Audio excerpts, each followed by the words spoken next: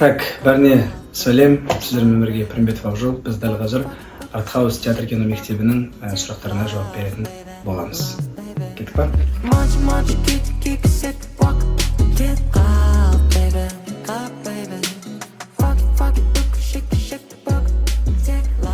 Шын өмірде көргім келетін үш өнер адамы дейді. Шын өмірде мен көргім келеді голливудтық актерлар.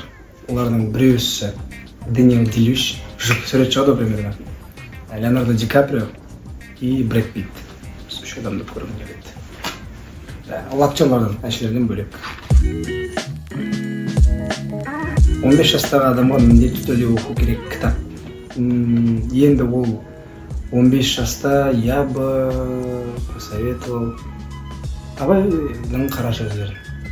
Ең началосы, бастамасы. Кеңес беремін оқуға. Күшті кітап. Күшті қара сөздер. Үшінші сұрақ. Неге таңдау Артхаус продакшн дейді? Өйткені мен осыдан бір жыл бұрын Артхаус мектебіне жұмысқа тұруға келген болатын, бірақ ол кезде кішкене өзім әлі дайын болмадым. Бір жылдан бері зерттеп, балдарының жаңағыдай потенциалын көре келе, мектептің бір болашағы бар екенін сезіндім де, сөйтіп Артхаус продакшн таңдаған болатынмын. Көптеген мектептерге барып көрген болатын, бірақ Артхаус ұнайды. Черный двордың жалғасы түсірілсе Гарриктің өмірі қалай жалғасар еді дейді. Гарри! Подойди. Енді мен сценарист емеспін, білмеймін, бірақ менің ойымша енді ол бәлкім спокойно болып қалатын еді. Қандай өмір көрген болып қалатын еді. Келесі. Музыкаға қызығушылығыңды ашқан ән немесе тұлға. Музыкаға менің жалпы ниетімді, желаниямды ашқан ол группа Queen. Мама, жез келіме, Фредди Меркьюри.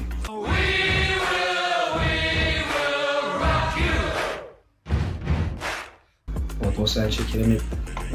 Адами жағынан ұнамайды, бірақ әнші жағынан ұнайды. Әнге деген желаниямды ашқан кісі осы кісі.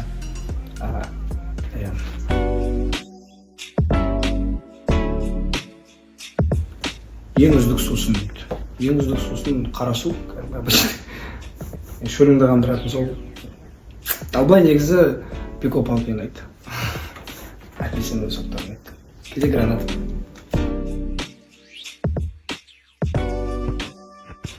Соңғы рет сені жылатқан кино. Пейш. Кстати, жақында шыққан Пейш деген кино. Мені прям жылатқандай, қатты еңіреп жыламадым, бірақ көзімнен жас шығарған кино Пейш болды. Пейшке барамыз бір күшті кино. Және де приговор. Балалық шақпен ассоциироваться ететін ән. Тайны слова битят тамада. Өткеннен ол кезде 5-ші немесе 6-ші класпен қателеспесем. Солай дискотекада хит еді. Бірінші кет миыма солай. Вот сол. Қазіргілер бейби шәртекті ғой, примерно. Біздің сол тамада болды ғой. Или анау. Жена метает лед, постепенно никто не найдет грибы. Солай было. Енді орысша деп білетіміз. 2019 жылдағы және 2024 жылдағы жылдың үш айырмашылығы дейді. 2019-да мен 2-ші курс болдым. Ол кезде студент едім. Ол кезде талғам жоқ. Киноға, музыкаға, немесе тағы да басқа деген заттарға, тағамға тоже. Ал қазіргі үш айырмашылығым, менің ең басты үш айырмашылығым ол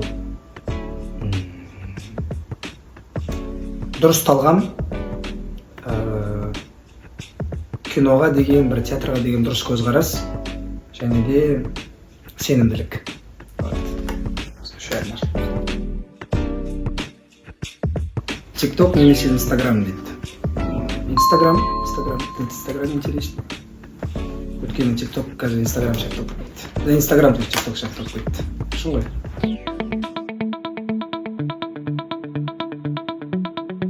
Актер болғысы келетін, бірақ оған үйіндегілер рұқсат бермейтін талантты оқушыға айтар кеңесің дейді. Енді мен сен бір ата-анаңа қарсы шық деп айта алмаймын, өйткені деген мен ата-ана, бірақ менің ойымша дәлелдеу керек сияқтысың. Ата-анаң айтып бар, бір рет Артхаусқа барып көрейік, өзім өнерімді көрсетемін, сосын сен өзің көресің, қандай күшті актер екенін білесің.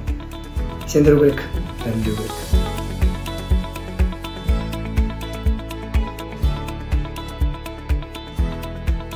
Келесі сұрақ. Кіммен бірлесіп ән жазғың келеді дейді. Шынымды айтсам, енді ол мүмкін нәрсе, бірақ уақыт жағынан келмей жүріп, Ернар Амандықпен ән жазғым келеді. Ешкімді де көргім келмейді, көңіл күйім осындай. Өйткені ол кісімен араласам өмірде, бірақ уақыт жағынан кішкене келе алмай жүріп. То мен бос емеспін, то ол бос емеспін. Бұйырса жазамыз. Кім келді десең? Музарттың сен үшін үздік 3 әні дейді. Бұны мен ойланбай жауап бере аламын. Ең үздік әні мен үшін Сен келерсің. Сен келерсің бір күні. Қайдан қашан белгісіз, сен келерсің бір күні. Екіншісі Жалаукөл кештері.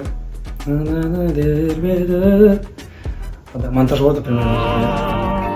Жалаукөл кештері.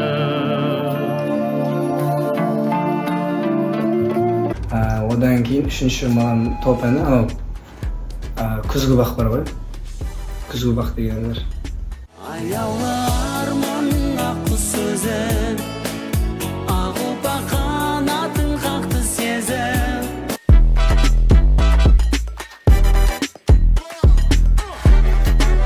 Энергия алатын орның дейді. Үй? Сөзін ашып, үйде жатқанын дейді. Сол кезде энергия алам, демалғанын дейді. Тау деп пафосно жауап бермей қойын, басқа өнер адамдар сияқты бір студияда дейміз. Үйде просто тупо жатасың, бұл Инстаграмға содан энергия алам.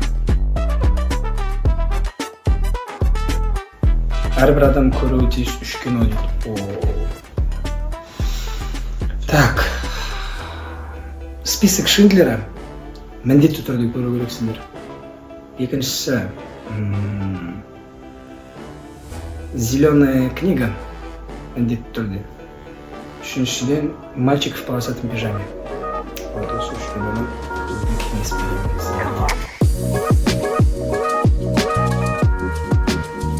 Карьера немесе махаббат деген сұрақтар қандай ондай. Адамның ыңғайсыз неге қойып.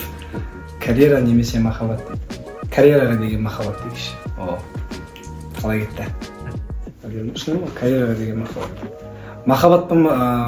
Махаббат тек қана махаббат болса, карьера болмайды, тек қана карьера болса махаббат болмайды. То есть екеуі бір-бірімен қандай теңесетін зат емес, мүшелетін зат емес. Сөйтіп карьераға деген махаббат.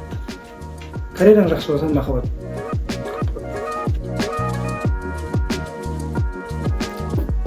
Жалғыздықпен күресудің 3 жолы дейді. Жалғыздық деген нәрсе тек аяққа ғана жарасады. Күресудің қажеті жоқ жалғыздықпен, просто жалғыз қалмау керек болды.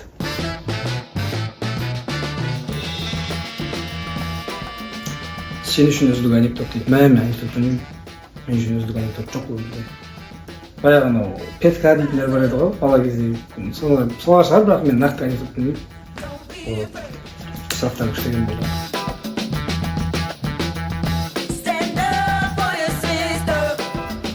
Жетістікке тез жету үшін мастерствоны дамытудың ең үздік 3 тармағы дейді. Енді смотря сен қай жолмен жетістікке жеткің келеді. Актерский жағынан немесе ән жағынан. Если актерский жағынан болатын болса, онда фантазия, наблюдение ең қатты керек осы 3 нәрсені дамыту керек. Үшіншісі ол состояние. Контролировать етіп білу керексің. Басқарып состояние. Өткеннен кейде состояние болып кетеді. Непонятно ол. Сол кезде нақты бір ұштау керексің состояние. Енді соңғы сұрақ.